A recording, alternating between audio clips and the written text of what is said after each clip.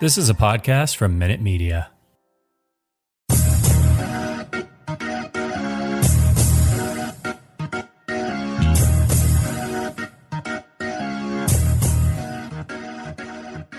Hello and welcome to the Over and Back Classic NBA podcast. I am Jason, and with me as usual is Rich. Hello, Rich. Hey, what's going on? Not much. I mean, I'm just looking forward to continuing our streak of incredible Over and Back Classic NBA podcast episodes, up to 270 something. That's what I thought. Yeah, somewhere around there. I mean, it's over the span of 7 to 8 to 9 years. I don't remember how long this show's been, but 2014. It seems like, right? Yeah. Yeah, right. That sounds about right. So yeah, it's. I mean, hopefully, yeah. I mean, it would really suck to set up the show like that this time and then just absolutely blow it this time, on this episode. But it's possible, especially with this topic, it'd be very ironic. But yeah, I guess we'll see what ends up happening. But I think, Jason, I'm confident we're going to do it again and have another incredible show. Oh, Rich, your confidence instills me with confidence, enough confidence to, I was not confident about it. So yeah. I don't know if I should be the lead there.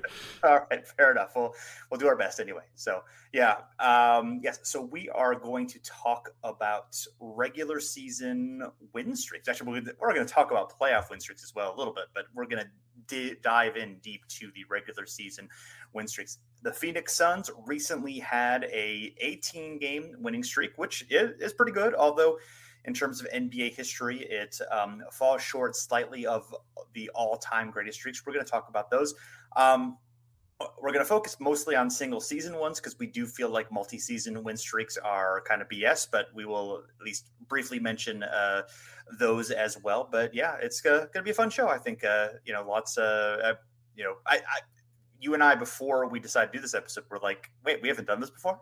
Yeah, we were both convinced. I was like, hey, let's do this. And then you're like, well, we've definitely done that. And I'm like, oh, yeah, you're right. We probably have. And then we probably spent like a good hour, at least I did, being like, no, we definitely did. And going through and clicking all of our old episodes and being like, yeah, maybe we've discussed some of these teams and had, discussions about these teams and their entire seasons or their places in NBA history. We've actually never sat down and done this team is on the longest, win streak.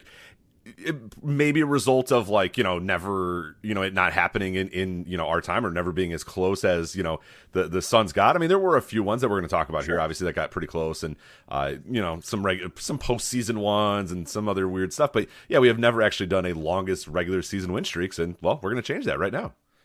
Absolutely. Yeah. Right. We've done best starts, which I think is the one that we were a little confused about. It's like, oh, we did the best starts. And one of the teams on here that we're going to talk about a little bit also has the record for best start in NBA history. So going to be fun to dive into. Absolutely. But let's get right into it with the number one team, pretty famous win streak here. 1972 Los Angeles Lakers, 33 straight games. It begins November 5th, 1971 against the Baltimore Bullets.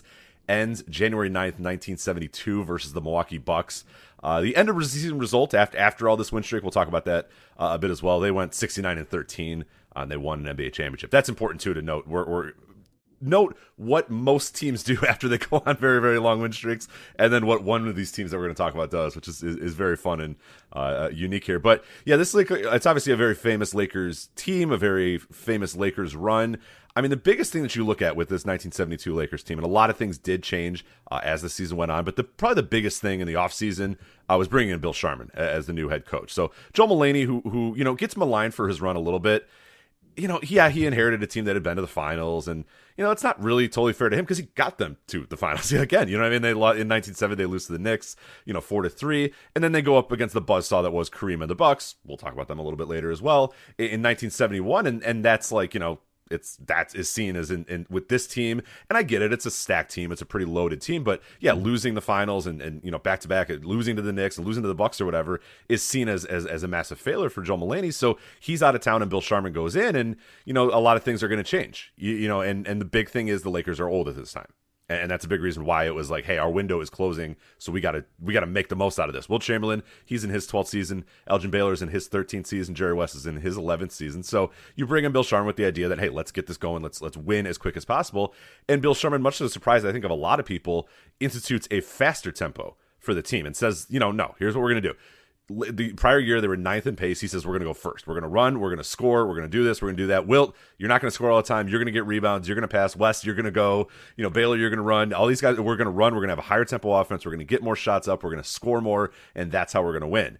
And Wilt and West were able to adapt to that style. Great. West was able to have one of his best seasons ever in his 11th season. Wilt Chamberlain, obviously, the numbers took a big hit, but he was able to become an even more important rebounder, even a more important overall player in this new system. The problem, though, and the one big, huge loss in this all was Elgin Baylor, who just could not handle this style, couldn't handle the practices, couldn't handle the games. He was getting up there in age, had some knee injuries, and it was kind of all over for him. So 9 games into the season, he retires. And at the time of his retirement, the Lakers, who, they revamped some things, they changed a little bit. They're 6-3, which isn't bad. 6-3 is okay. That's not a record you're too upset about. November 5th, they'd win 110-106 over the Baltimore Bullets. All 5 guys in that Lakers lineup score in double figures. 31 for Gail Goodrich, who was really, really coming into his own here as well. 22 for Jim Mcmillan, who would replace Elgin Baylor in the lineup. We're going to talk a lot about Jim Mcmillan. 19 for Jerry West, a cool 12 and 25 for Wilt. And, of course, 10 points for Happy Hairston. You can't leave out Happy Hairston. You cannot leave out Happy Hairston. If you had left out Happy Hairston, I would have quit right now. We would have lost. And they would have lost that. They would have lost that game. 110-106. You take the 10 away from Happy Hairston. That's a loss. This win streak never happens. That's sad Hairston right there. If you don't get that right, that win streak is done. Kaput. Doesn't happen. In this case, though, Happy Hairston did score 10 points. So on November 5th, they beat the Baltimore Bullets. They would not lose again until January. They decimate the previous all-time record, winning 33 games in a row.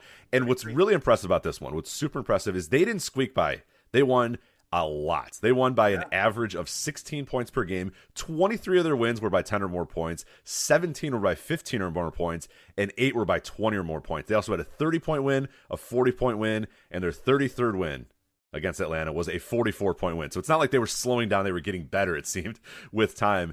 And, I really quickly wanted to talk about the Elgin Baylor thing before we kind of get into, what people average and all that sort of stuff.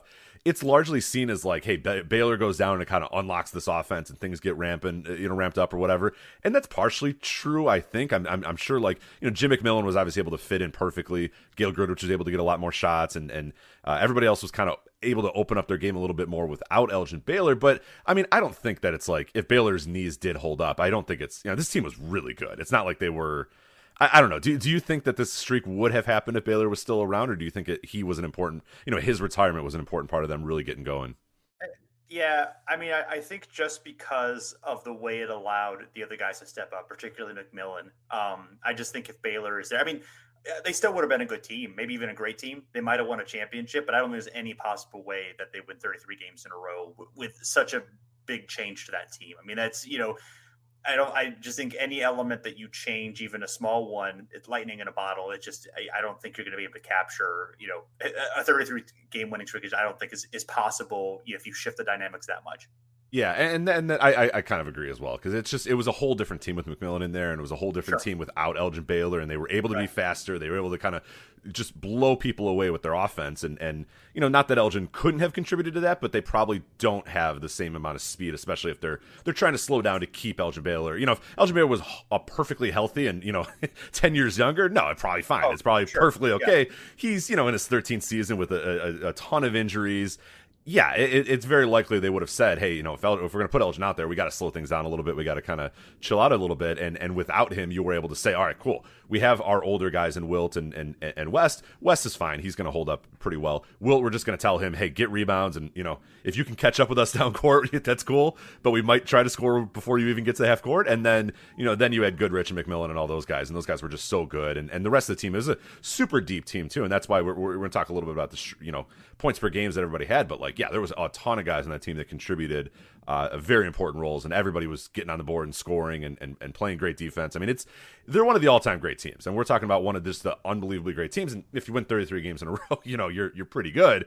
But, yeah, they were just the dynamo during this period. And again, those the amount that they won these games by, 30 points, 40 points, 44 points in their 33rd win. Like, they're not slowing down. They're not like, this is getting, because we're going to talk about some teams, and it's like the burden of this win streak is going to weigh down on these teams, and they're going to start, squeaking by like 1 or 2 points or whatever. They win by 44 to get their 33 win. They're just incredible at this point. And yeah, 23 of them by 10 or more points, I think is just pretty impressive as well. But during the streak, Wilt Chamberlain, he averages 12.5 points per game, 20 rebounds per game. So again, speaking to, Sharman saying, hey, look, you're Wilt Chamberlain. I get it. We got a lot of talent on this team. Get rebounds. You're still going to get your points, but let's maybe not have you score 35 a game. Let's maybe instead kind of slim it down a little bit and spread that scoring around other people, including Gail Goodrich. He averages 26.6 points per game. He does a 42-point game against Houston on December 8th as well. And then Jim McMillan, who I think is arguably the biggest key to the streak, not because he's the best player, but just because you see the change of what this team was before Elgin Baylor goes down, before Jim McMillan's in the lineup, and then when he's out of the lineup. And you see it in his game as well, Jim McMillan. So he averages 8 points per game his rookie season, takes over for Elgin, and this year explodes for 20.1 points per game and 7.5 rebounds per game during the streak as well. I mean, just an incredible run for Jim McMillan. And then finally, Jerry West, also a very good player. He rocked during this streak, too. 25.7 points per game, 10.1 assists per game, and even has a 45-point game on December 1st. Fittingly against the Boston Celtics. Really wanted to put it on the Celtics. There you go. God damn it, I'm sick of this shit. Finally, Bill Russell's gone. I can finally right. He's like, God damn it, I hate these guys.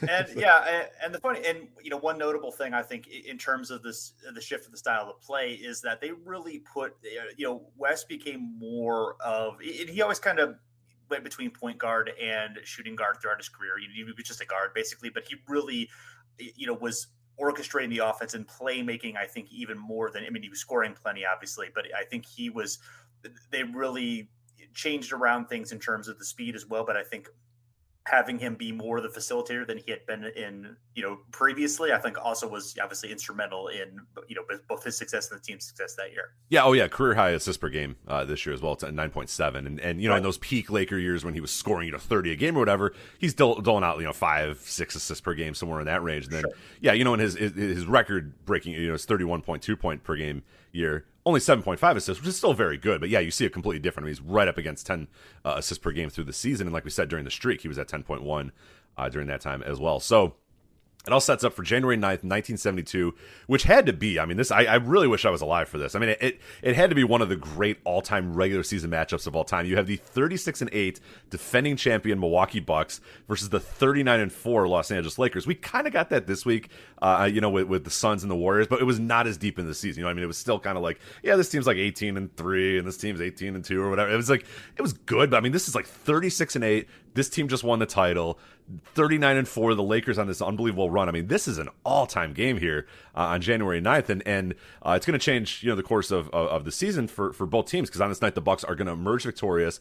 They're going to win 120-104, not even that close. Just beat them down, and they get 39-20 from Kareem Abdul-Jabbar. They get 17 points from Oscar Robertson, 18 from Lucius Allen, and just a great individual effort by the Milwaukee Bucks. The Lakers finally end their the winning streak finally ends at 33 games. But as we said, this is a great team. They're going to reel off 2 8-game win streaks later in the season, and they're going to finish the year with a record, NBA record, 69-13 record. Obviously, only broken until withstood until 1996 when the Chicago Bulls broke it at 72-10. And the Lakers would go on to win the NBA title and do it in dominating fashion as well. They would win their first round series against the Bulls 4-0. They would face off with the Bucks again in a big time Western Conference Finals series, but they would win that 4-2.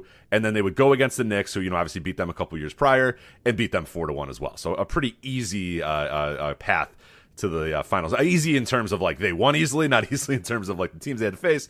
But this was a great Lakers team, and in the end, they're going to win a record 81 regular season and playoff games combined. That would last until the Boston Celtics did that same thing in 1986 as well. So just a historic all-time great team, and obviously the longest regular season win streak of all time. That seems nearly impossible to. We're talking about the fanfare around a team with like an 18-game win streak. The fanfare around a team, we're going to talk about the next team here with the Warriors, where it felt like it was just everybody was focused and laser focused and hyper focused on this win streak. Like 33, man, I don't know. That seems so hard to do.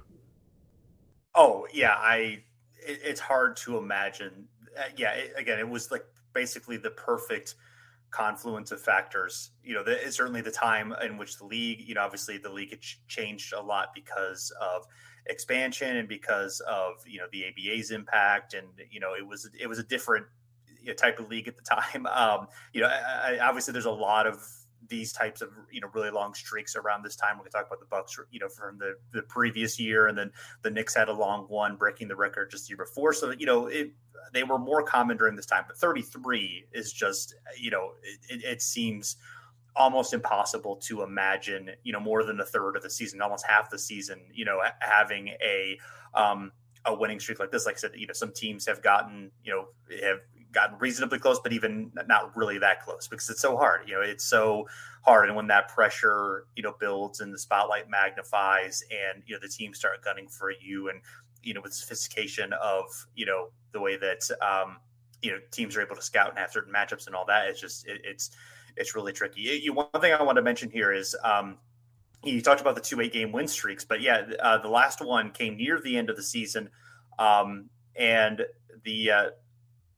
the Lakers almost got to 70. In fact, they lost one of their last 13 games, and it was to the Cavs, who had were like in a 15 win season or 20 win season or something like that, just like a completely garbage team. That was only the one that I was 23-56, so bad team, but not necessarily garbage team. But that was the one that they couldn't win in their last 13 games. Otherwise they would have closed out with 70 wins.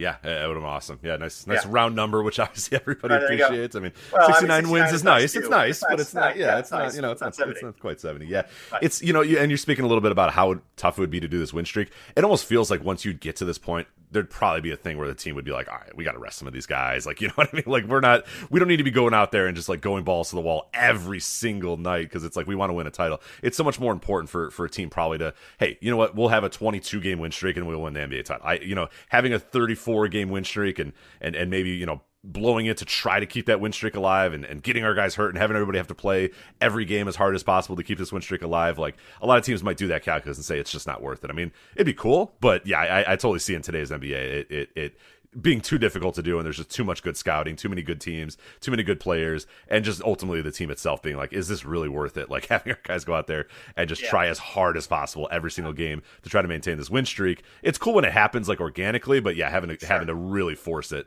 which probably once you get to like 30 games, like you're really like at an insane level. And we've seen it in recent history. It's just the burden of it is so much for these teams that a lot of times it's like, oh, thank God it's over. Okay, now we can move on and get focus on the whole season itself and winning a title.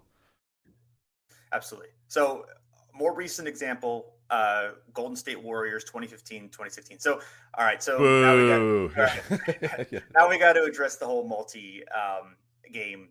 multi-season winning streak, which I think you and I both agree is kind of a BS concept. So I don't love it. Don't love it. Yeah, it's like ignoring a playoffs and then retaining it for the regular season, and it's like a different year. I don't like it. It's not the same roster. The whole scope of the league has changed. Like, I don't recognize it. So but they had a 24 game winning streak, which would be third all time in NBA history. Still pretty good. And yes, so that winning streak in 2016 season, of course, was the first 24 games of the season, which ended up, breaking the record for best start to a season.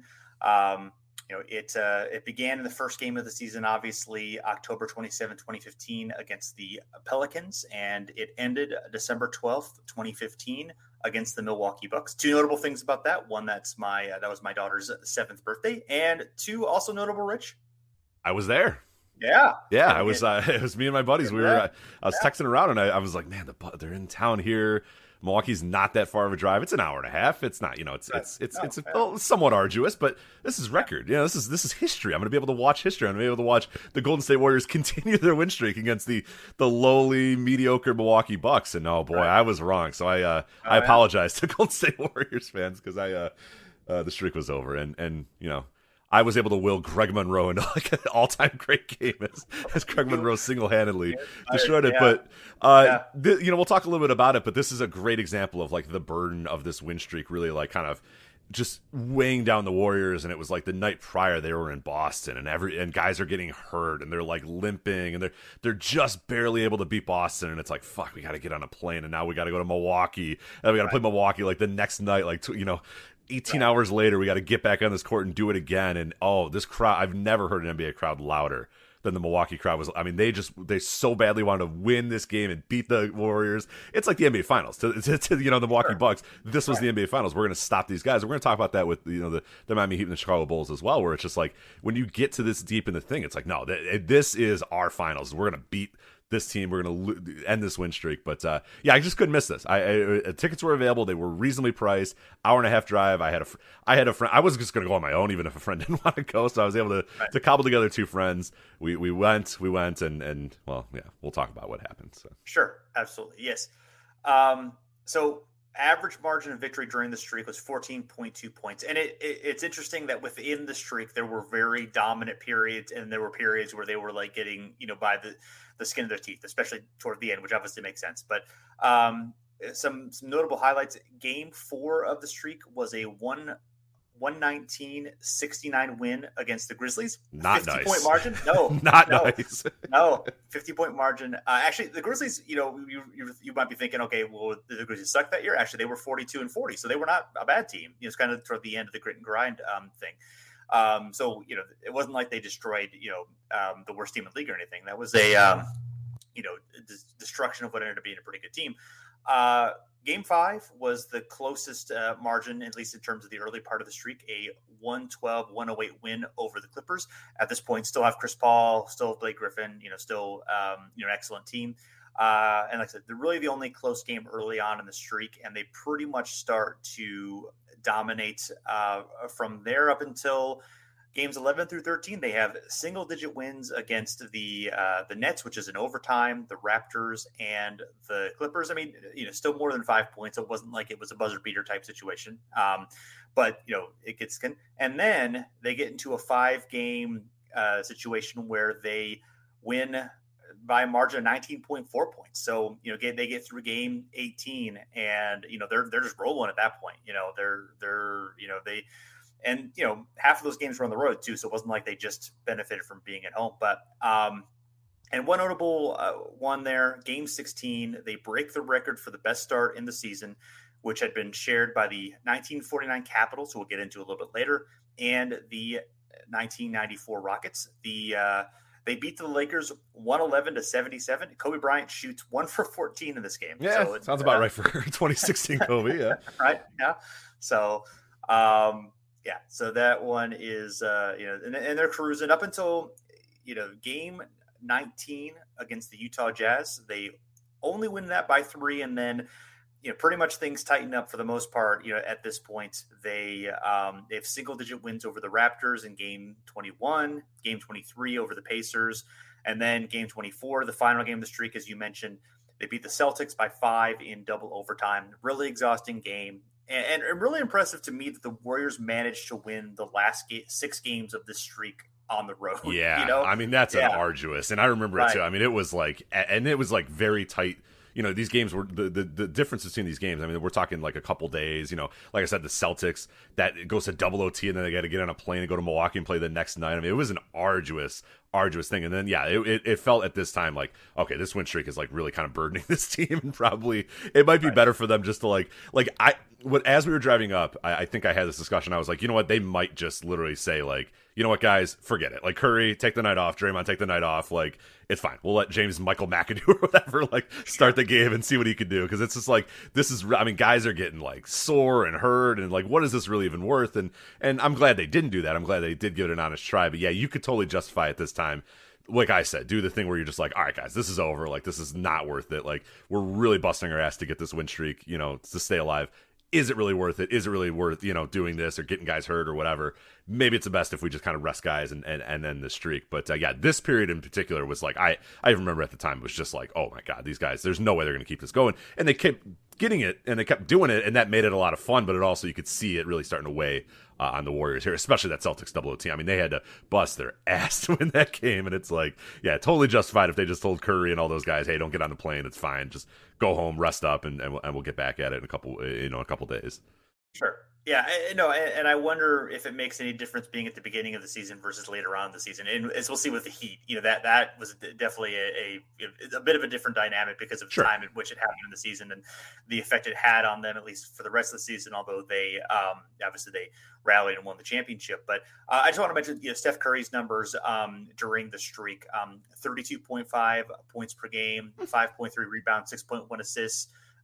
Shoots a 465 from three and on 11 attempts per game. So this is like the unanimous MVP year for him. The Warriors, they end up breaking a lot of best start records as they finish the season 73-9, have one of the great regular seasons of all time and one of the great playoff runs of all time up until they blow that 3-1 lead against the Cavs and lose the championship. So, but yeah, I mean, they were such an incredible team to watch. And I think that year in particular, before Durant, and I think the Durant teams were fun to watch too, but I think just the way that it was with just the way that, Curry was playing with like abandon and just the way that the team was gelling at that point, the confidence they gained after winning that championship and just how exciting they were. It really was just, one of the most fun and exciting teams that I've ever seen play. Yeah. Oh, I agree. Yeah. It was probably my favorite time watching the NBA during this period of this year. I mean, 2016, I think is 2015-2016 season is probably one of my favorites in NBA history because you had you had this team just literally breaking the NBA, like just doing stuff that you had never seen before. Curry just on an absolute another level. I mean, just breaking every conceivable shooting and 3-point record. And then, like you said, the swagger that this team had, like the Miami Heat in their peak, and we'll talk about them in a little bit. They had a certain swagger to them, but this Warriors swagger was like a smiling swagger. You know what I mean? Like the Heat came in as like, the Death Star, the Darth Vader and his guys, just going in, and it was they were like the big heels or whatever, and like the Warriors, like people wanted to beat the Warriors, but they also were just like, these guys are really good and really fun. Like, there was this sort of weird thing where like, they beat our ass, but like, of course they did. Look at them. They're so good. And they had like this fun confidence to them. It didn't feel like this, the Miami Heat felt like, I hate those guys. I want my team to beat them. This was kind of these things that like when the Warriors beat you kind of had to like clap and just be like, well, I mean, what are you going to do? Like that guy shot 11 times and made every single three. Like, what do you want me to do? It's Steph Curry. Like, they were doing just like ridiculous stuff during this year too, where it felt like some games they were just trying to like break records. I think, they would just have games where they're just feeding a guy for 10 minutes straight and see like they were just absolutely just better than everybody else that they played against. You had Luke Walton filling in at a certain point. That didn't even matter. They're like, oh, Steve Kerr's not the coach. What's going to happen? It's like, nah, Luke Walton's fine. Like it's this team. Like they don't need anybody. They're fine. They're just going to get it done. So yeah, they were just a super, super fun team to watch. And the entire NBA this year was really, really fun because you had this team and you had, like you said, the Memphis Grizzlies, like a team that played a completely different style. And it worked to a point. It obviously didn't work in that 1969 loss, but like, they had a completely different style. There was enough fun teams and unique styles around the league. To me, it's one of the better years in NBA history just because, there was so much diversity and then just like an all-time great playoffs that would end up following that, big time, finals comeback. I mean, you have the OKC Golden State Warriors series. I mean, just an awesome, just an incredible playoff series, incredible season. So, yeah. And I do think that your perception of the Warriors, I mean, especially early on, I do think that they had that they were not necessarily the heels. Now, when Durant came, I think that that definitely switched. Then it was like this is a dumb super team. Like this wasn't a quote unquote super team. This is like, wow, they just kind of built all these guys and drafted all these guys. They did it the right way. Yeah, exactly. And then they got Durant. It was like, fuck this team. So exactly. They became the heels for sure once they got Durant. Absolutely. Oh, I guess I should talk about the game I went to. Are we at that point now? Oh, yeah, you absolutely should talk about the game that you went to, yes. So it's over. The streak is over. December 12th, 2015. Me and my dumb friends driving up, going to the game, and the Milwaukee Bucks, they do it. They do a 28-18 run in the fourth quarter that ends it all. The Warriors, you could tell how slow and things were getting. Steph Curry only 2-9 from three. He still had 28 points. It's still a cool 28 points. Klay Thompson, 4 of 14 from the field, only 2 of 7 from three. Draymond Green actually had an awesome game, 9 of 14 from the field, 24 points. Andre Iguodala, 1 of 9 from the field. When Festus Ezeli is your third best scorer in a game, that's probably not great. Right. You're probably not going to continue your win streak. So it did not happen. But the more impressive thing was on the other side, the Milwaukee Bucks. A very, very young Giannis Antetokounmpo plays 42 minutes of this game, has 11 points, only 4 of 10 from the field. He wasn't obviously has fully refined himself at this point, but he gets 12 rebounds, so that's pretty good. Chris Middleton, obviously, future NBA champion here, 3 of 12 from the field, 7 points, not too bad. You're wondering, man, how did this team get this win? Like, who's stepping up for these guys? Who stepped up was Greg Monroe, baby. Monroe, of course. yes. As we're talking about the Golden State Warriors destroying the NBA with their space and pace and three-pointers and pace and throwing up shots and getting up quick or whatever. It's big man Greg Monroe, 11 of 17 from the field, 28 points, 11 rebounds.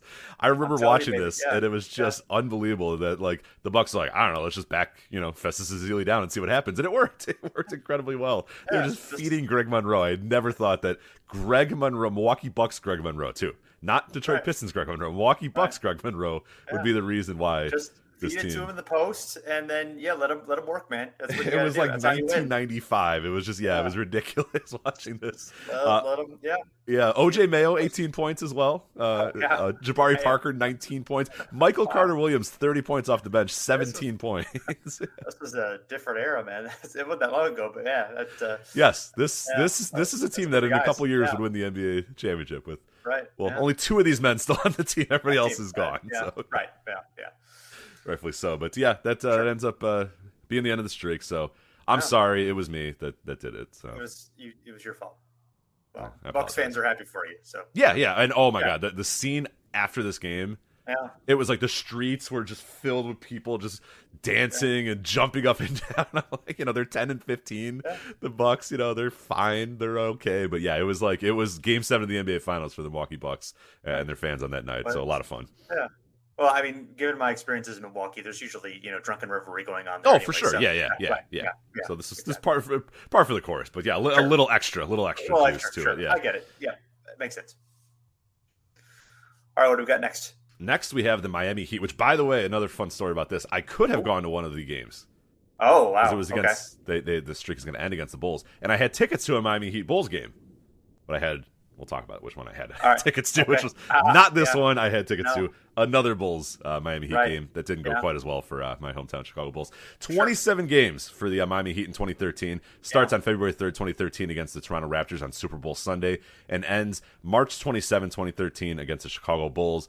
End of season record for the Heat, 66-16, and they're going to win the NBA title as well. So this is the second longest win streak in NBA history per our actual records, not this dumb multi-season thing. I think one thing worth noting is, beginning of the streak, they're 29-14, and they're not they're playing fine. Obviously, 29-14 is a good record, but there's definitely still some, they disappointed in the finals last year. They were kind of, or in the first year, they were it was kind of like, oh, are they, is there something wrong with them? Are they, they're not as good necessarily as they have. I think, Brooklyn at this point, had there were some other teams that people thought, oh yeah, they might catch up with the Heat. So, things were not necessarily gelling completely for the team. Right. They had beat the Thunder the year prior, which a lot of people will look back on and just be like, oh yeah, Miami Heat won the title. But a lot of time it was the Thunder, it's not a real team. You know what I mean? And rightfully so. I mean, at that time it felt like these were just this young upstart team that just kind of lucked into getting to here. Obviously it would be all 3 of those guys would become transcendent, superstars. But at the time it was wow, okay, this kind of an upstart team, and they're pretty good, and Miami beat them, but it's all right, that's not really. I mean, they haven't had tough, real true tough competition. So this having them start off kind of uneven in the season was all right, is this team actually going to make multiple titles? Is this thing actually going to happen, or is this going to be a team that goes one and done and their only title is going to be against Oklahoma City? I mean, it was every single game was like a globalized, referendum on the Miami Heat. If you weren't alive during this time, it just never ended, or not alive, I guess. Well, I suppose we don't have any 7-year-old listeners or whatever, but if you weren't intently following the NBA at this time, you don't maybe realize that every game was this just giant referendum on every time they would lose, it's did LeBron make a mistake? What is this big 3? When is it going to end? Is who's going to have enough? It was kind of exhausting at a point, but and they'd won a title at this point, so I mean, some of that was validated, obviously, but it still was, like I said, at this point in the season, it was are the Heat, are they playing well enough to, is there something wrong with the Heat, Yeah, exactly. And what's going to happen too is in this offseason they're going to retool in a big way, and this is going to cause some other, kerfuffle and anger is that they add Rashard Lewis and Ray Allen as well. So the rich get richer. They win the title next year. They add two more, solid role players on this team, and it's a little bit more of this super team. It's ruined the NBA, all this sort of stuff. So yeah, it ended up being a team that everybody rooted against. Everybody pretty much wanted them to lose as much as possible. And so on January 10th, they dropped back-to-back games. This would be the last time all season, regular season and playoffs, that they would lose consecutive games. So then on February 3rd, Super Bowl Sunday, they beat the Raptors, and they wouldn't lose again until late March. And some fun notes here. March 10th, for the first time in franchise history, they beat every single team in the NBA as they defeated the Indiana Pacers. So they were able to defeat all 69 opponents by their 61st game of the season. So just an interesting little note there that, they beat every single person or every single team in the league at this point. And this, largely wasn't a dominant streak like the Lakers were. We talked about the Lakers just basically blowing the doors off everybody. We talked about the Warriors having their run where they were pretty much blowing the doors off of everybody. And, it was as undominating as a 27-game win streak can be, because it's still, they won 27 straight games. So obviously they were still pretty good. But the average margin of victory was just 11.9 points per game. And even the first few games of the streak were close. It starts off with a 5-point win against the Bobcats. Imagine the streak never even happens because some fake team named the Bobcats defeats Miami Heat. It would be unbelievable. We'll have to check that. I'm not. Yeah, sure we'll have to see the rank. Maybe I'm wrong. I don't know. That's okay. Must be a typo. Yeah. Yeah. But 6-point win against the Rockets, and then in February they only beat the Cavs by 4, which every single Cavs Miami Heat game was like Game 7 of the NBA Finals for Cleveland, which is always awesome because they just hated LeBron so much. It actually made it a lot of fun. Then they had to go to 2 OT to beat the Sacramento Kings on February 26th, which, by the way, fun fact, Sacramento Kings still bad in this time. Who would have thought that in 2013? They were fine. They were okay, but, Right. George Karl? Was this George Karl? 2013. Was that not yet. I don't think so. I don't think that was. When was the furious George run of... I'll double check that while you continue going. Yeah, man, the George Karl era, I don't even remember what years that was or what, I guess, year that was. I want to say is this the Keith Smart era? It is the Keith Smart era. God, the Sacramento Kings. Yeah, they're so bad. Why are they so bad? You might as well get Smart. Yeah. Do they ever get good, please? Yeah. Keith Smart. Someday they'll be good. Oh, God. Anyway, they had Mike Malone, and they're bad still. They've had good coaches. Yeah. They've had good players. They're still bad. Right. Yeah. Anyway, so they go 2-0 with Sacramento Kings on February 26th. And then March 6th, it almost ends as the Heat only beat the Orlando Magic by 1 point. The Magic are good at this time. Don't worry. They hadn't started their long streak of being bad forever at this time. Well, no, they were 20-62, so they were not that good. Oh, right. Never mind. This is post Dwight. Yeah. Right. Oh, yeah. He had left the season, right? Yeah, he left the season before, I think. Yeah. Okay, so they had started being bad. They haven't not been bad since then. So good for them. Right.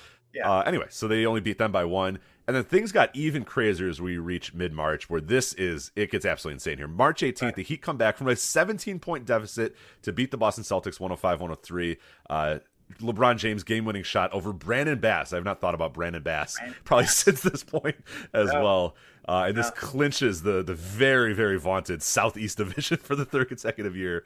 It extends the win streak to 23 games, second longest in NBA history, obviously here. March 20th, the Heat overcome a 27-point third-quarter deficit against the Cleveland Cavaliers. Like I said, every game against the Cavaliers, Game 7 of the NBA Finals here. They win 98-95, extend the win streak to 24. So they'd go through a 17-point deficit.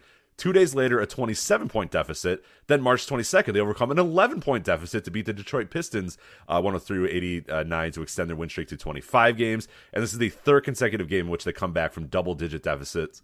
The fifth time during the streak and the 11th time during the season as well. So this became a theme for the Miami Heat. Get down early and then come back at the end and hope it happens. And well, they're going to do it one more time.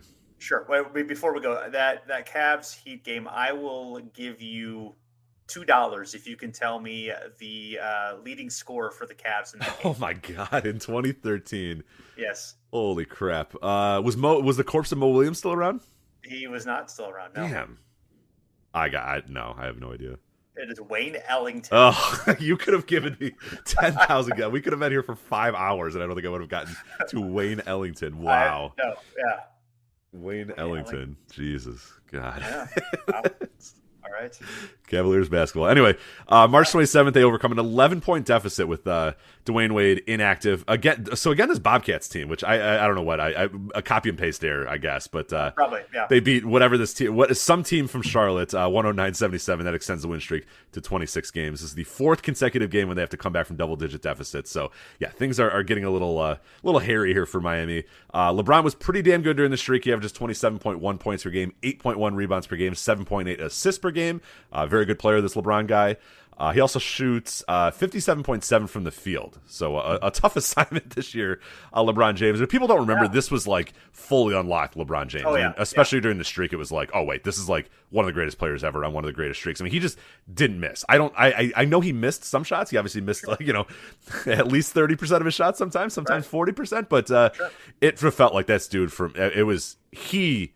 Like we talked about the Warriors where they got like fully confident after they won that title. After this title, LeBron was locked in, especially at this point during the streak where he had just fully assumed like the leadership role of this team and said, hey, Dwayne, you're fine, but like I'm better than you. I'm the best player on this team. Just let me have the ball. He was just unbelievable during the season. Just his mid-range game was insane. He was still peak athleticism. His defense was incredible. I mean, this is like an all-time great season here by LeBron. And yeah, those numbers during that streak really speak to that. I mean, just unbelievable shooting. His effective field goal percentage over 60% for the year. I mean, just an incredible player this year. Just unbelievable stuff by LeBron. So yeah, I mean, again, pretty much the peak of all of his powers because he still has that young athleticism, near what he had in his prime as youth, and he has all of just the intelligence that he's gained from years of experience, and is gelling with his team better than ever, and it's just pretty much it's very very few stretches of time in which anybody has played any better than LeBron did over these 27 games. And Dwayne Wade, also pretty good, 22 points per game, 22.7 points per game, 5.7 rebounds per game, 5.6 assists per game. Yeah, okay. Yeah, and Chris Bosh solid as well. Pretty much exactly what you want out of Chris Bosh. 15.8 points per game, 5.9 rebounds per game as well. So here's where I give you my fun fact. So Christmas morning, I unwrap a gift, and my wife got me tickets to the Chicago Bulls versus the Miami Heat. And I'm telling her, oh man, this Miami Heat is incredible. This is a great game. Like, I can't believe you did this. Thank you so much. They're really good tickets as well. That's my gift. And then as this win streak is happening, I'm looking at these tickets going, oh baby, I am going to see the Miami Heat in the midst of their win streak against the Chicago Bulls, who always give these guys a tough time, always give Miami Heat a tough time, always play, really, really hard. Joakim Noah is like always pissy about the LeBron and the Heat. Like, Dwayne Wade's from Chicago, but we hate him now. Like, oh, it's going to be incredible to watch this game. So on February 21st, 2013, we get to our seats and we watch Miami Heat in Chicago, 22-22 at the end of the first quarter. We're thinking, oh, baby, here we go. And the crowd's hyped. Everyone's going nuts. Miami then does 23-13 second quarter, and then pretty much pulls away the rest of the game. It's 86-67. Miami gets the win. It does not go very well. Even LeBron's like 11 of 15 from the field. He's incredible, so at least it was worth it to see him be incredible. But, it's basically a laugher at a certain point. Norris Cole plays like the last half of the game. It's just absolutely dumb. And I'm like, you know what? Hey, you got me Bulls, Heat. Usually it's a good game. It happens. Right. March 27th. Bulls versus Heat in Chicago. Again, yeah. And it ends. And I was like, damn it. Why couldn't you have bought me these tickets? I mean, it made absolutely much more sense for her to buy me tickets to the other game. But she should have bought me tickets to this one because I would have been here for Game 7 of the NBA Finals for Bulls fans when it finally ends. The win streak is over. Despite 32 points from LeBron, 21 from Bosh, 18 from Wade, the Heat couldn't do it. The rest of the team didn't show up. Mario Chalmers, 4 of 10 from the field. I'm sure he got yelled at all the time for that as well. Probably. So, this is in peak team doing well. Mario Chalmers misses a shot. Timeout's called. LeBron yells at Mario Chalmers. What the hell? Yeah, Mario. Yeah. Great period. Go back to Alaska, Mario. Yeah. Ray Allen makes only 1 of 4 threes. Mike Miller, Rashard Lewis, James Jones, Joel Anthony don't play. And then the Bulls get contributions from all over the team. 28 points from Luol Deng. 17 points from a very young Jimmy Butler. Big game from Carlos Boozer. 21-17. Big Boo's not going to let this happen anymore. No. Nate Robinson with 14 off the bench. Unfortunately, Vladimir Radovanovic did not play in this game. So did not. Oh, wow. Derrick Rose was hurt, and Vladimir Radovanovic was a DNP CP, or CD. Daquan Cook getting revenge over his former team. 1 from 5 for the field. Yeah. Oh yeah. This is a whiteboard game for Daquan Cook. Yeah, absolutely. Yeah. So there we go. I didn't go to this game, but that's fine. This is the win streak is over, and then obviously the Miami Heat would have some struggles in the playoffs. They would have a real tough series against my Indiana.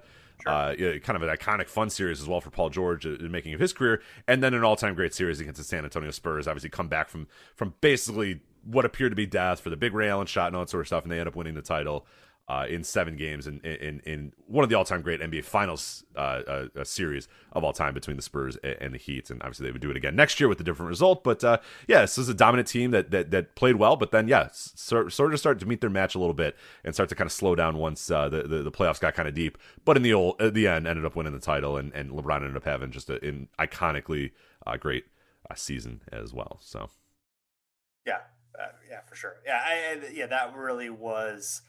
That Heat team it is one of the interesting turnarounds from a good team in the regular season to going through that streak and just becoming a completely dominant team. And I kind of forgot they actually they didn't just kind of fall off right there. I mean, they finish the season winning 10 to 12 games, so they're pretty stout throughout. You obviously winning 66 games during the season, and like I said, they had some struggles there in the playoffs, but kind of ended up being one of the great all-time teams that season. One of the combination of regular season and playoffs, and obviously winning that iconic series against the Spurs at the end. All right, let's get to 22-game win streak here from the Houston Rockets in 2008. Begins January 29, 2008 versus the Golden State Warriors, and it ends March 18, 2008 versus the Boston Celtics. And end of season record, 55-27, which is good, but They won 22 games. So this is the worst regular season record for any team with a 17-plus game win streak ever. So just a very, very fun. So good, but it's just they won 22 games. And that's like we said, every other team that we talked about, Miami Heat won a title. Golden State Warriors won it, made it to the NBA Finals, took an ungodly, ridiculous, all-time great 3-1 comeback for them to lose the NBA Finals and not win the championship. The Lakers win the championship. Spoiler alert, the Milwaukee Bucks that we're going to talk about are going to win the championship. This Houston Rockets team, they lost to the Utah Jazz in the first round in 6 games. So it's all right. Well, and obviously a lot of circumstances are going to relate to that. We'll talk about it in a bit. But it's just very fun here because every other team we're talking about has won 60 games. Among the most storied teams in NBA history. The Rockets, they win 22 games. They only win 55, and they lose in the first round of the playoffs. So it's just how does this happen? What happened here? But let's talk about how they got their streak. We'll talk about the good times first before we talk about the bad times. But the good times are they replaced longtime head coach Jeff Van Gundy, replaced him with veteran coach Rick Adelman in the offseason. They also bring back Steve Francis, who you might think, oh, wow. And it's no, because at this time he had bounced around the league a little bit, and things had gone pretty poorly for Steve Francis after he had left the Rockets a couple years prior. And do not worry, don't get too excited. He's going to only last 10 games with this team. It is not very good, and he's out. But it's a very weird team, but it's a very fun team.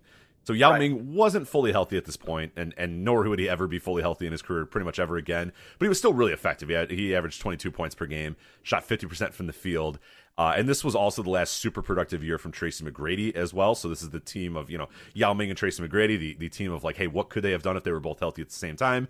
And they pretty much were never healthy at the same time at any point during this run, except for, largely during this win streak and largely during the season when things are going pretty well. So it kind of lets you know what could have been for this team. But it's a very, very strange Let's Remember Some Guys team. They have a 40-year-old Dikembe Mutombo who you don't remember being on this team probably, but he was. He played only 15 minutes per game and didn't do a whole lot. So, hey, Dikembe Mutombo's on there. And then a lot of other Let's Remember Some Guys. You have Rafer Alston, Luis Scola, Shane Battier, Bonzi Wells, Carl Landry, Luther Head, Mike James. Dudes, they had a bunch of guys on this team. I think they had Juwan Howard for a couple games, if I remember correctly, as well. Like we said, Steve Francis did a quick stop. Gerald Green plays one game on the team. They had 21 players play for their team, which is usually what you have with a 15-win team. Yeah, right. And they're all everybody who played for this team is a person that you kind of remember, but you're oh yeah, Chuck Hayes. Yeah, all right. I remember Chuck Hayes. Aaron Brooks. One game. Oh yeah. Right. So they had Bobby Jones, of course, not the Bobby Jones. Oh, that would be impressive if they had that Bobby Jones. But Bobby Jones this season set an NBA record, which I think still stands, for playing with 5 different teams during the season.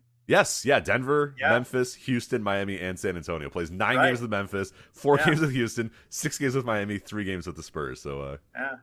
good for him. But anyway, yeah, this is a very strange team. So Yeah. January 29th, they're a decent 25-20, pretty much exactly what Houston had been, just kind of hovering around a decent-ish team, but not, a dominant team by any means or whatever. Yao Ming and Tracy McGrady both healthy-ish, and the team is okay. And then 22 games later, somehow they're 46-20, and Tracy McGrady's vying for an MVP award. And it's like, oh, crap, here we go. And it's one of the weirdest win streaks, I'd say, ever. And it's one of the weirdest win streaks we're going to talk about in this show, because there's no real narrative around it. There's not like, oh, this team did this, and then this happened, or this team was in the midst of this, and then this happened. It's just like an okay team that got super, super hot, won a bunch of games, and flames out in the playoffs. And one of their stars gets hurt. Yao Ming gets hurt, doesn't play in the playoffs. They pretty much don't have enough firepower, and then it's over. And you're like, oh, yeah. And it's not particularly memorable in the grand scheme of things, streak. Like, I think people are like, oh, yeah, Houston did that. It was fun at the time, and it was really cool, but it's just it's such a weird streak because I don't know what to say about it. There's no narrative around it. You know what I mean? There's nothing that we can really. There's not some larger globalized thing that happened because of the streak. It was just they won 22 games, cool, and that's it. Yeah, yeah, they were just the. I mean, and that made it even cooler in a sense because it was like this team that was out of nowhere and suddenly they're just winning, and it made it exciting just because there was winning and no one was like entirely sure how, like, because they were, a good to decent team, but they were one clearly. I mean, after the win streak, people thought, okay, I guess maybe this team could win a championship. Maybe, I don't know. They have a good enough record now, but obviously, things didn't turn out that way. But yeah, it was just it was so out of nowhere. I mean, every winning streak of this length is certainly going to be a surprise, even if it's a great team, just because of how hard it is to do and how rare it is. But especially in this case, it's just completely out of nowhere. Yeah, and it's not a very dominating team either. The Heat didn't lose back-to-back games. The Lakers reeled off a record-setting win streak en route to the biggest and best record in NBA history. The Rockets won 22 straight, but otherwise didn't win more than 5 straight games for the rest of the season. So it's like, again, it wasn't like they just won 22 games. It's and that, like you said, it makes it pretty cool too, because these other teams we're talking about like among the greatest teams of all time, and then there's also this Rockets team, which it makes it pretty fun. Average margin of victory 12.36. That's dragged down by a few close games early in the streak. They beat Golden State by just 4 to start the streak. They beat Indiana by 3 in the second game of the streak. Then only beat Minnesota by 6 for the fourth game of the streak. And things really get going in late February, and they beat Miami by 12. Then they reel off 10 straight double-digit wins, including 3 20-plus point wins. So it's like a weird thing where they're not really confident at the beginning of the streak. They're just barely squeaking by. And then for some reason, they're just like, yeah, this fucking rules. Let's just keep winning games. And then they just were great. They were just really good at this point, which is odd. They're like, hey, we got confidence and we can do this. And they kept doing it. Yeah. And then they lose the streak. They get decimated by the Boston Celtics. Absolutely get the blows thrown off by the Boston Celtics. They lose by 20. And they would follow it up the next day by losing by 21 to the New Orleans Hornets. So it's just perfect that they reel off 22 straight and then they lose 2 consecutive games by 20 plus points per game. But some quotes from the loss to the Celtics. Rafer Alston says, "Our names will be mentioned there with Hall of Fame people. We have something to tell our kids." Yeah. I don't know what Hall of Fame people he's referring to, but I'm sure. I mean, I don't know that Rafer Alston's name is ever mentioned with other Hall of Fame people, but yeah. I mean, we said Tracy McGrady, Yao Ming, and then Rafer Alston, so I guess he is indeed. His name is said with Hall of Fame people sometimes. So, yeah. Shane Battier with a quote here says, "I'm too close to the situation right now to really appreciate. When I'm old and gray and can't dribble this basketball anymore, I think I'll appreciate it. Right now, we're still in a playoff run and have some dogs barking at our heels." So just a classic Shane Battier. Let's get him. We're focused on the next game type of quote here from Shane Battier. Yeah, that's the analytics special right there. The consummate professional. Let's we'll get him next game. Yeah. I wonder if somebody should ask Shane Battier if he appreciates it now that he's not close to the situation anymore. Yeah. Depending, can he still dribble a basketball though? I guess he probably can still dribble basketball, but he's old and gray. I think I think it counts. Somebody should ask him to see. He's like, I'm not quite yet. I can still dribble basketball. So, yeah, I'm not there yet, but talk to me in 5-6 years. We'll see where I'm at. So maybe arthritis prevents me from dribbling, and then I'll be able to appreciate this. And Tracy McGrady says all good things must come to an end, which is unfortunately Very ominous for what would be the rest of Tracy McGrady's career, unfortunately, at this point, because he's going to get hurt the next year and just never be Tracy McGrady ever again. But at least this year, we got one last Tracy McGrady season. Just perfect. Just a perfect encapsulation of Tracy McGrady's career. He's good. 21 points per game. The team that he's on wins 22 straight, and then they lose in the first round. It's just like, God damn it, Tracy. Just win. Come on. Oh, boy. So next, we have the Milwaukee Bucks. This is the last all-time NBA winning streak of 20 or more within one season. Another asterisk one that we'll talk a little bit about at the end here. But yes, Milwaukee Bucks. It's the streak began February 6, 1971 against the San Francisco Warriors, ended March 9th, 1971 against the Chicago Bulls. They ended up with a end of season record of 66-16 and a NBA championship. So this is Kareem Abdul-Jabbar's second season in the league. The previous year, the Bucks had finished 56-26. They were second in the league in SRS, but they fell short in the Eastern Division Finals to the Knicks. And the Knicks, that 1970 season, had actually set a new league record for an 18-game winning streak. So, had already set that recently. And the Bucks were going to have actually a couple chances to get close to that record, which is kind of funny. So in the offseason, Milwaukee acquired Oscar Robertson, basically giving, Kareem, who's still known as the Center, a second superstar. The NBA expands from 14 to 17 teams, and the Bucks end up going from the East to the Western Conference. So interesting stuff. But yes, starting with game 3 of the season, the Bucks had a 16-game winning streak, which was it was tied for 4th in NBA BAA history at the time. So before they get this 20-game winning streak, they have a 16-game winning streak. It's one of the best of all time, tied with the 1965 Celtics. Only the 1970 Knicks, the 1947 Capitals, and the 1960 Celtics had more. So, and that 16-game winning streak, was broken by the defending champion Knicks, who were still a thorn in the Bucks side. Most observers probably expecting a Knicks-Bucks finals now that the Bucks are no longer in the East. So the Bucks 45-11 when this streak begins, which obviously is a great record. They're already a dominant team. They're 8.5 games of the number 2 team in the West. It actually happened to be Detroit. Detroit was good for the first time in forever this year as well. So, in fact, that game 3 of the streak, which happened against the Pistons, was the closest margin, only a 1-point win for the Pistons, despite Bob Lanier only playing 6 minutes in that game. Other single-digit margins happening until late in the streak are Game 5 with the Bulls by 7. Bulls at 37-25, so they're a good team. Game 8 against the Sixers by 5 as well, or by 5 points. The Sixers have 37 wins, also a good team. Game 10 against the Warriors, who are 500 teams. It's a pretty good team with 8. So, but yeah, they're just blowing out everybody else. The average margin of victory during the streak was 18 points, which I think is the biggest one out of any of these streaks. They're winning games, 34 points, 36 points, 32 points, 28 points, 35 points. So, game 18, things get a little tough again. They've had, I think, 7 or 8 straight games of double-digit streaks. They're taking on the 19-55 expansion Buffalo Braves. Those Braves, man, they're making things tough. A pesky bunch. Pesky bunch. And they'd beaten the Braves earlier on in the streak. I think that was one of the 32-point margin. But you know what? The Braves, Bob Kaufman's got pride. Don May's got pride. Herm Gillian's got pride. Dick Garrett certainly has pride. Oh, Dick Garrett for sure has pride. Yeah. And, Dolph Chase's pride, their coach. So it's like, all right, we're gonna make it tough on them. Well, the Bucks win, but only by 3, 116-113. They tie the Knicks NBA record. Next night, the Bucks go to Detroit, and they break the record in Detroit, 13-point win, so a little more comfortable margin. The Pistons have fallen off a little bit, during these 19 games during this streak, or a month or so that this has occurred. And then game 20, the final one, 104-99 win over the Sonics. And then just one night later, 110-103 loss in overtime to the Bulls. You know, their division rival now.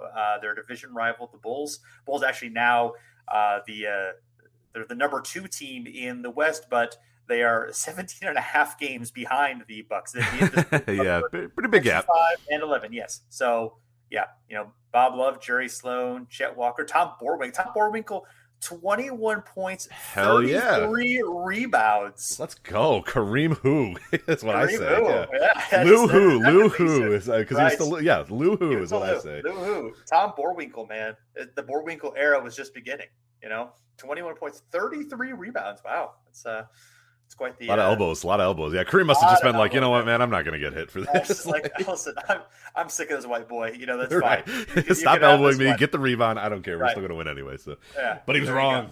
He was wrong. Yes. So, and interestingly enough, one thing I didn't really realize that this winning streak came so late in the season, because the last game is game 76. There's only 6 games left in the regular season during this time, and the Bucks lose 5 of their last 6 regular season games, and you might think, oh, they're just going to hold Oscar and Kareem out because, you know, none of these games matter. Right.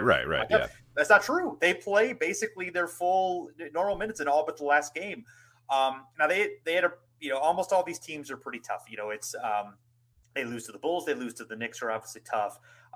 They lose once to the Suns, who are have one of the better records out west. The Sonics were okay. The only bad team there is the Rockets, which is the last game, and that is one where the minutes are cut a bit for Oscar and Kareem. So, so they were 65 and 11 at they finished 66 and 16, but like 70 wins was a possibility for this team, which is kind of incredible to think about. And obviously. Yeah, hey, they turn around the postseason. They finish 12-2 in the playoffs. They sweep the Baltimore Bullets in the finals. So everything turns out fine. But just kind of interesting footnote there. Yeah, that's strange. Yeah, you would think that a team capable of winning this many games wouldn't ever lose 5 or 6 with their normal players. But yeah, it's a strange phenomenon. And yeah, I think I've always assumed when I've looked at this Milwaukee Bucks team and see those red bars on Basketball Reference towards the end of the season that they had like rested the guys or maybe played those guys on like pretty half minutes or hey play the first half and then whatever, who cares, it's fine, let's build up for the playoffs. But no, they're playing normal minutes. It was just tough teams and it really kind of slaps the face of the momentum, because once the playoffs started, they just blew the doors off of everybody and en route to just a dominant NBA Finals win. So yeah, the momentum of the regular season did not matter, did not carry over, including losing to the San Diego Rockets in the final game of the season by a lot, and then just being like, that's fine, we'll just go win. We'll go win the title. So Kareem, by the way, during the streak, 29.8 points per game, 17.6 rebounds, 3 assists, 53% from the field. So good numbers. I mean, not Boerwinkle numbers, but good. Right. Yeah, good enough. Yeah, good enough. I would say. Yeah, I believe that Kareem finished second in MVP voting that year. Tom Boerwinkle, right? Yeah, I believe right. So. That's what I thought too. We all know who won the 1971 MVP. It was Tom Boerwinkle. I mean, we don't even need to look it up. I'm not positive of it. Yes. Right. So. I know my NBA history, and I know that Tom Boerwinkle won the 1971 MVP, which some people still debate this time that Kareem was probably the more deserving, but I completely disagree. I believe it was Boerwinkle. Yeah, right. Yeah, I think don't double check us, don't add us. We're positive. We got the intangibles there. I think if it's Boerwinkle. Yeah, for sure. Yeah, you got to love those intangibles. Yeah. All right, so one more. It's the asterisk. It's Washington Capitals. It's 20 games if you count multi-season streaks. It is 15 games in the 1949 season. It ends begins technically against the St. Louis Bombers, and it ends against the Indianapolis Jets. So, hey, they were related to playing theme teams in the late 40s, apparently. Yeah, it's a lot of. I guess novelty, I guess. I suppose you're like in the the end of World War II, so it's like our men in blue. It's just so perfect. Like they loved planes though. The Bombers, the Jets. It's good team. Honestly, both cool team names. The Jets is a sweet team name for anybody. Winnipeg, Indianapolis, anybody. The St. Louis Bombers is a pretty cool team for a. It's not bad. Not necessarily.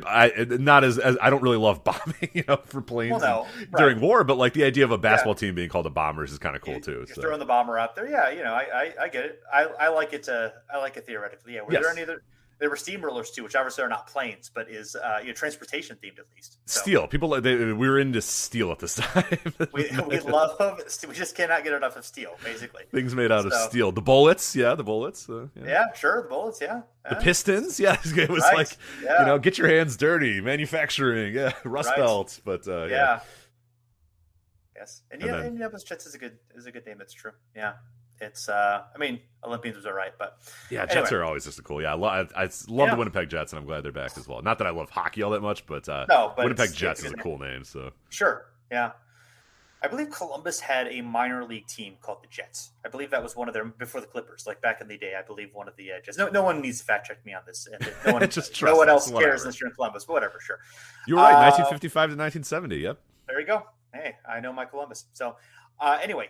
The Washington Capitals, they were coached by Red Auerbach. They had a couple of notable winning streaks, actually, this 15 or 20, whatever you want to call it, in the 48-49. And then 17 games in the BA's inaugural season of 1947.